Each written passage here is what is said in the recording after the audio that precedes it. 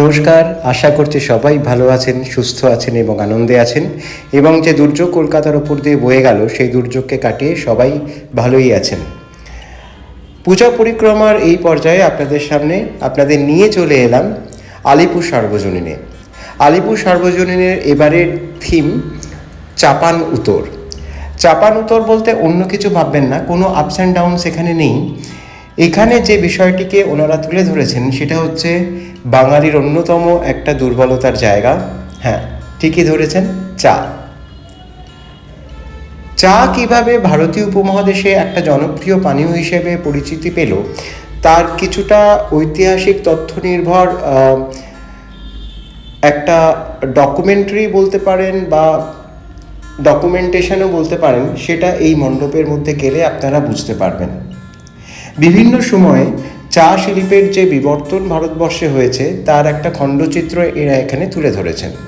শুধু তাই নয়, এই চা কিভাবে আমাদের সমাজের সব স্তরের মানুষকে একটা জায়গায় এনে এক সূত্রে বেঁধেছে, সেটাও এরা খুব সুন্দরভাবে তুলে ধরেছেন।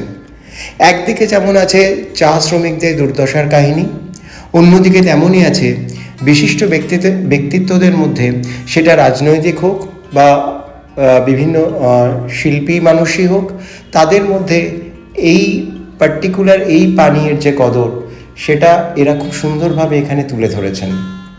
এবং সবশেষে যেখানে প্রতিমার মণ্ডপটি রয়েছে, যেখানে দেবী মূর্তিকে এনারা স্থাপন করেছেন, তার মধ্যেও একটা চৈনিক প্রভাব বেশ স্পষ্ট।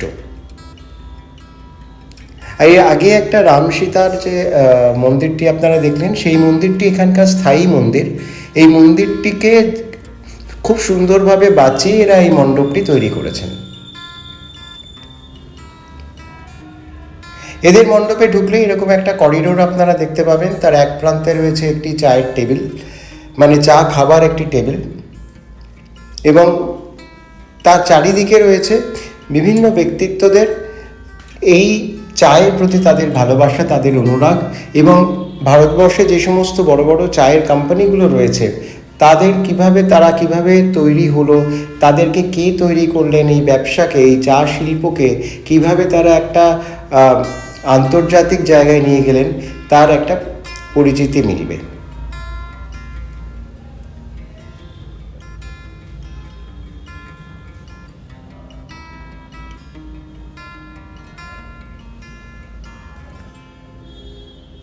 হঠাৎ করে এই করিডোরটিকে দেখলে অনেকেরই মনে হতে পারে যে এটি অজন্তা গুহার আদলে তৈরি।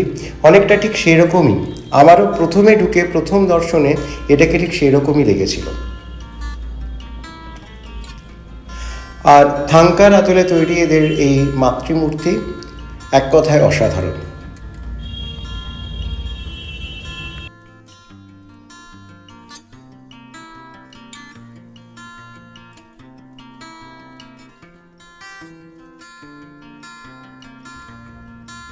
আলিপুর সার্বজনীন ছেড়ে গিয়েছিলাম একটু কাকরগাছির দিকে। ইচ্ছে ছিল আপনাদের তিলেঙ্গা বাগান মণ্ডপটি ঘুরে দেখাবো, কিন্তু সেটা আর হলো না। রাস্তায় যেতে যেতে দেখলাম মা চলেছেন মণ্ডপে। আজকের দিনটাতে বিকেলবেলা বিভিন্ন জায়গায় বিক্ষিপ্ত বৃষ্টি হলেও এই জায়গাটিতে, অর্থাৎ এই বাইপাসের উপরে সেরকম কোনো বৃষ্টির দেখা পাইনি আমরা। সেই জন্য মা নির্বিঘ্নেই আশা করি মণ্ডপের পথে চলে গেছেন। পাড়ায় ফিরে চলে গেলাম পাড়ার ক্লাবে, অর্থাৎ চেতলা অগ্রণী। এইবার চেতলা অগ্রণীর থিম হচ্ছে বহুমুখী, এবং তারা সমরেশ বসুর প্রতি শ্রদ্ধা জানিয়েছেন অমৃত কুম্ভের সন্ধানে এই উপন্যাসটিকে মাথায় রেখে। প্রায় 3.5 লক্ষ রুদ্রাক্ষ ব্যবহার হয়েছে এই মণ্ডপটিতে।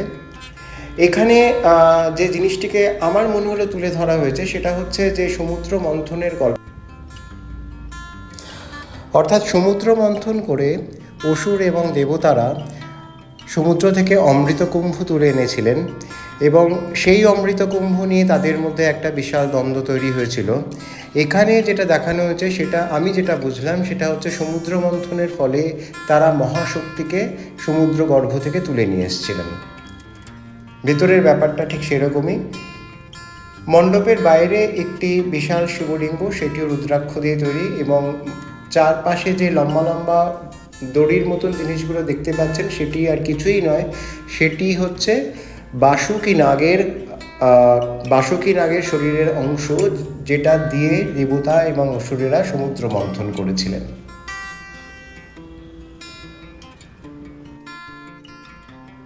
ভীষণই কালারফুল একটা মণ্ডপ, ভেতরে ঢুকলে সত্যিই খুব ভালো লাগবে।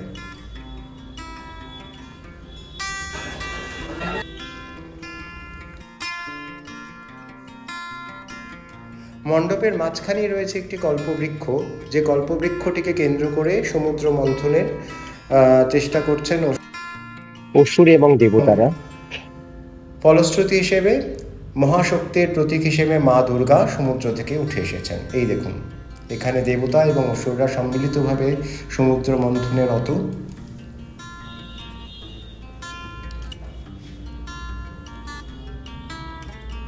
এখানে মন্দার পর্বতের প্রতীক হিসেবে এই কল্পবৃক্ষটিকে মনে হয় রাখা হয়েছে, আমার যা মনে হলো।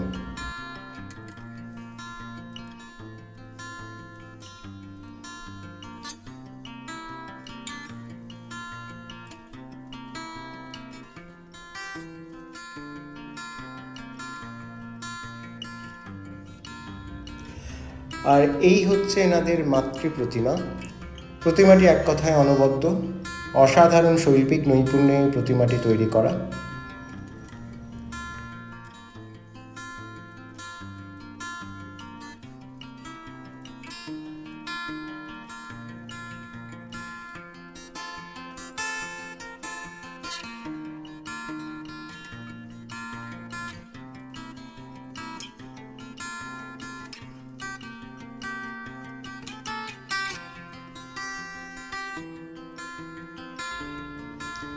অগ্রণের ঠিক পেছনেই রয়েছে অকাল বোধন। এটিও চেতলার বেশ পুরনো একটি পুজো। এই বছর তারা বাংলার বিভিন্ন হস্তশিল্পের উপকরণ দিয়ে মণ্ডপটি তৈরি করেছেন। প্রতিমাও সাবেকি। যদি অগ্রণীতে ঠাকুর দেখতে আসেন তাহলে অবশ্যই এই মণ্ডপটিও ঘুরে দেখবেন, ভালো লাগবে। আর সবশেষে আবারও বলি, সবাই খুব ভালো থাকবেন, সুস্থ থাকবেন। আবার দেখা হবে। নমস্কার।